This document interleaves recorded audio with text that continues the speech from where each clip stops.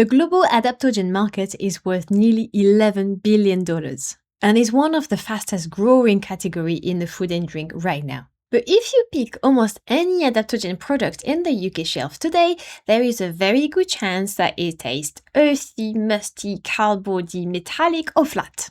And the gap between the size of the opportunity and the reality of most product is almost entirely a flavor problem. And today I want to talk about why it keeps happening and what actually to do about it.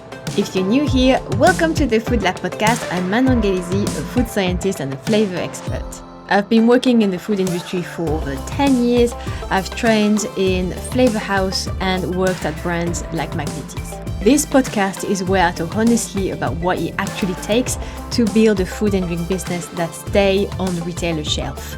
So if you've been following along the past few weeks, you know that we've been going deep into the relationship between taste and repeat purchase rate. Why taste is the number one driver on whether a consumer comes back, and why taste is always the number one driver for repeat purchase rate. So this episode sits right in this conversation, and I will link the earlier episodes below because it's worth watching them alongside this one. But if you are developing a functional product with adaptogen, or if you're thinking of developing one, this episode is definitely for you. Let's start at the beginning, because I think it's worth being very clear about what adaptogens really are. Adaptogens are natural substances, can be plants, roots, mushrooms. They have been used for centuries in traditional medicine. The idea behind them is they help the body adapt to stress, they restore balance, they help with focus, and they support general well-being. And this is not a new concept. Ashwagandha have been used in Ayurvedic medicine for thousands of years. Reiki mushroom has been used in East Asian medicine for just as long. What is new is the scale at which they are now appearing in mainstream food and drink products. In lattes, in protein powders, in bars, in wellness shots, in your functional snack bars, literally everywhere. The global adaptogen market was valued at just under $11 billion in 2024 and is projecting to reach over $16 billion in 2030. The adaptogen drink market specifically is expected to nearly double over the next decade. All of that is being driven mainly by one thing: stress. According to the FMNT gurus, 48% of global consumers are planning to actively lower their stress level in the next 12 months. The UK in particular stands out as one of the strongest markets in the world, specifically for mood and cognitive function in functional food and drink. So the demand is there. So the question is, why so many of these food and especially drink products are trying to meet consumer demand, but they fail massively?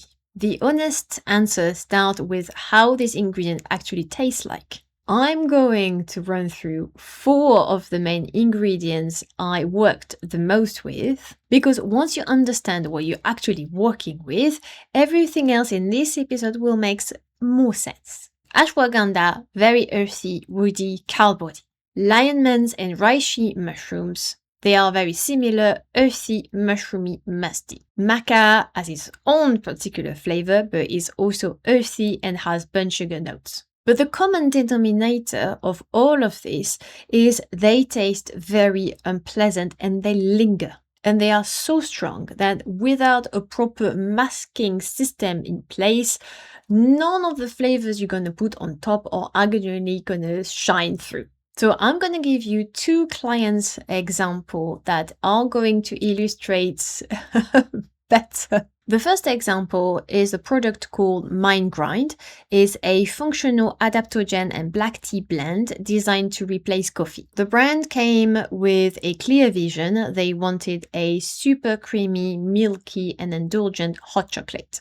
But when we started working on the base, and I run the flavor direction workshop I always do with my clients, it became really clear that this creaminess would never be achievable. It's a vegan product, and the base, which was earthy, mushroomy, and the black tea that make it quite astringent, they couldn't carry this very creamy note. Instead, we pivoted to something much darker, richer, more adult So a more premium hot chocolate rather than a cheap and milky one. The actual development process ended up in 3 phases. First was masking this off note as the foundation. The earthy note, the mushroomy notes, the astringency, some of the metallic notes as well. The second was getting the sweetness right. And this matters a lot because mine grind is mixed with boiling water.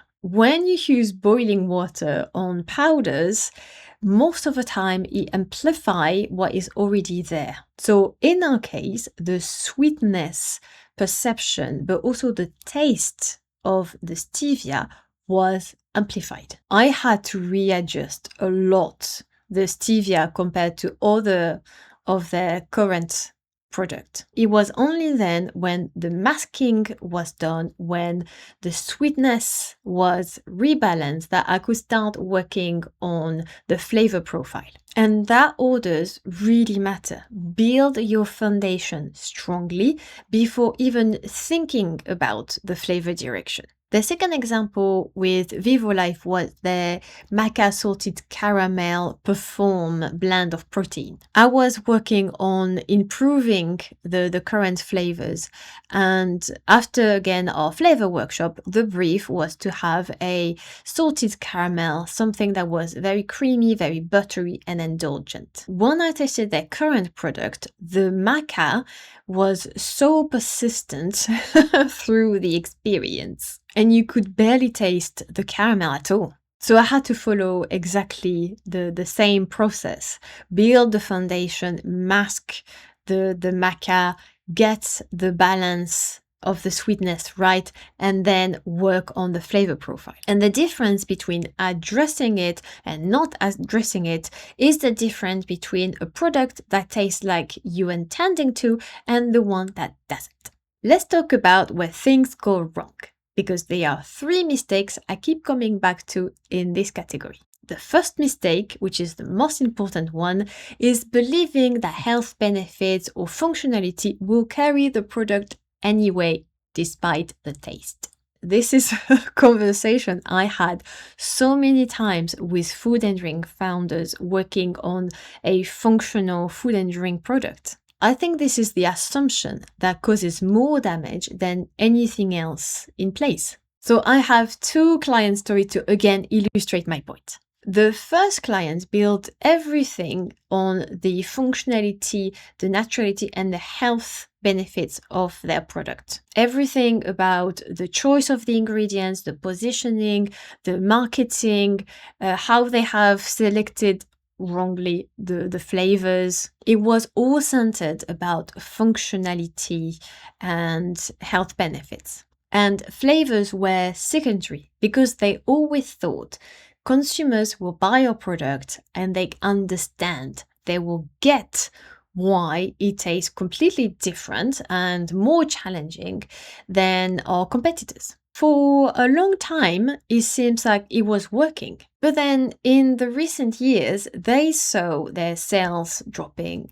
They saw their repeat purchase rates falling down as well. And they understand very quickly that it was because they were losing consumers to their competitors, because their competitors tasted better.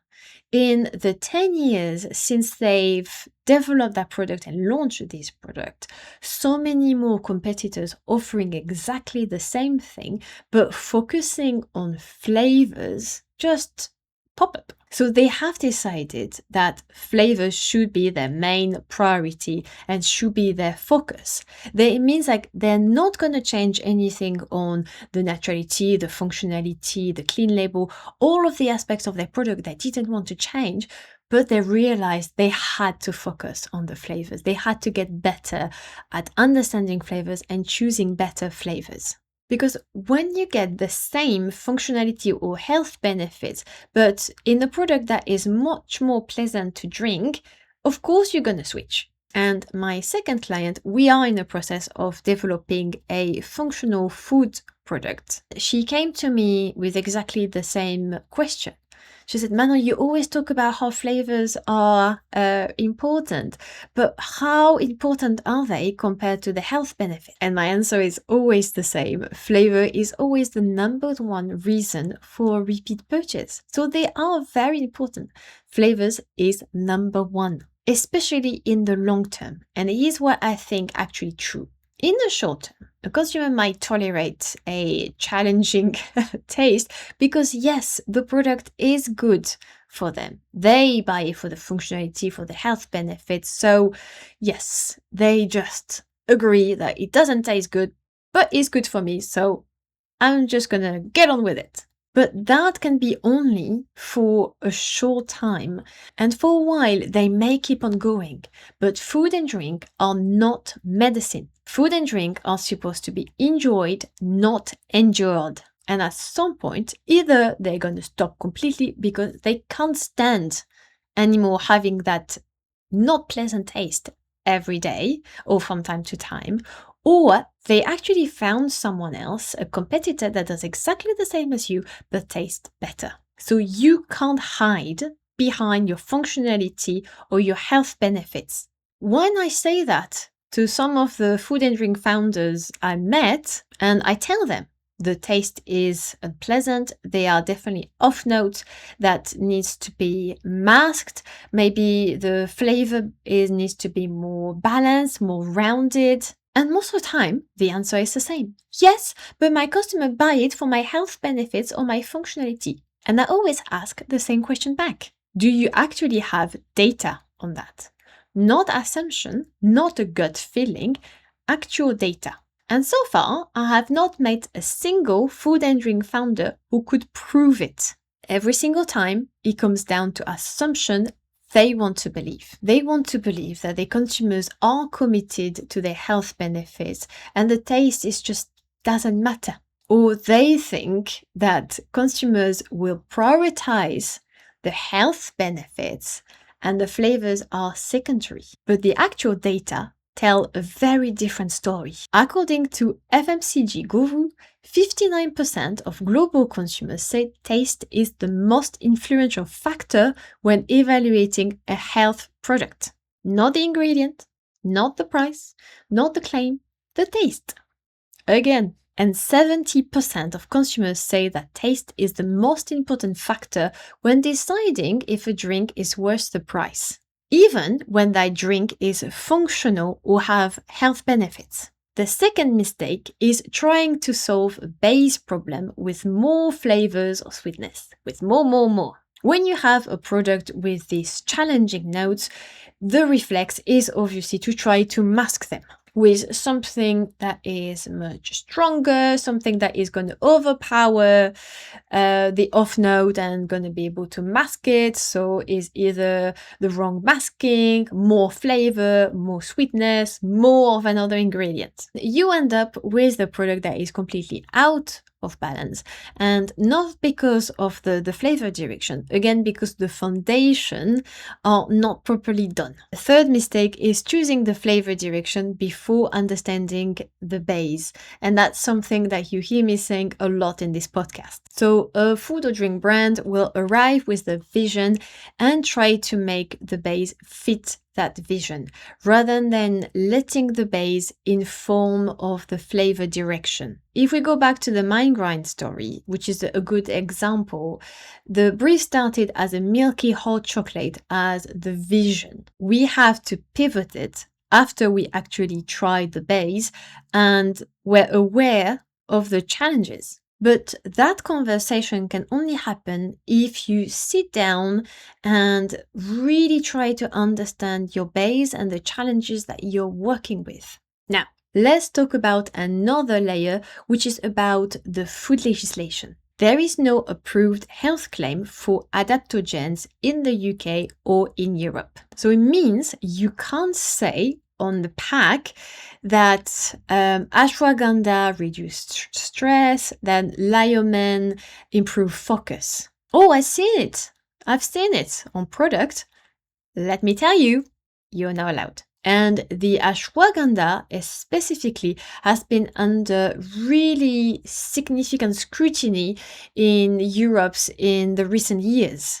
It means if you are following the legislation, you can't do any claims at all on your packaging. According to, again, FMCG gurus, 30% of consumers will not even recognize the use of a botanicals or adaptogen in the product unless it's clearly stated, which means that even if the legislation framework did allow those health claims, a significant proportion of your consumers will not even be connecting the ingredients to the benefits in the first place. First impressions matter.